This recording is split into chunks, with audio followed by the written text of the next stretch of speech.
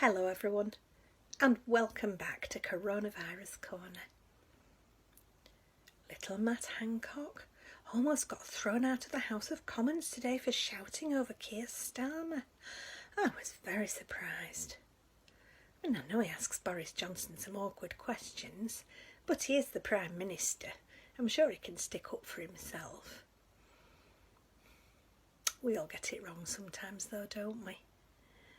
We had an extra Zoom meeting last night. The vicar rang round and said when he saw the bishop the other day, he'd been very interested in what he called his pastoral initiative. Apparently a lot of churches are doing services online, but there haven't been many Beetle drives, so the bishop asked if he could join one of ours. I felt a bit nervous, and you could tell to begin with everyone was on the best behaviour.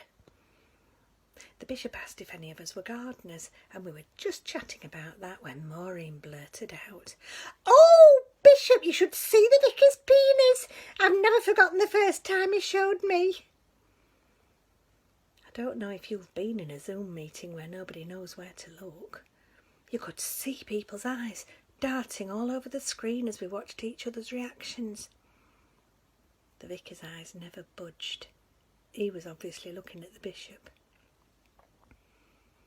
Eric was bright red, with tears rolling down his cheeks, and Fanny started giggling helplessly, and that set Marjorie and me off. And you could see Maureen's mystified little face in her square, like a goldfish in a pet shop waiting to be adopted.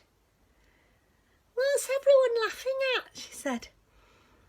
And then the bishop sort of exploded, and I could see the vicar mopping his brow with relief. Anyway, we did play Beetle, and I think the bishop was glad he'd come because he won twice, and I won the other one. Then he did a game where we all had to say something and the others had to guess if it was true or a lie. Eric said he was born in a theatre, which I guessed was true because he must have been a caesarean.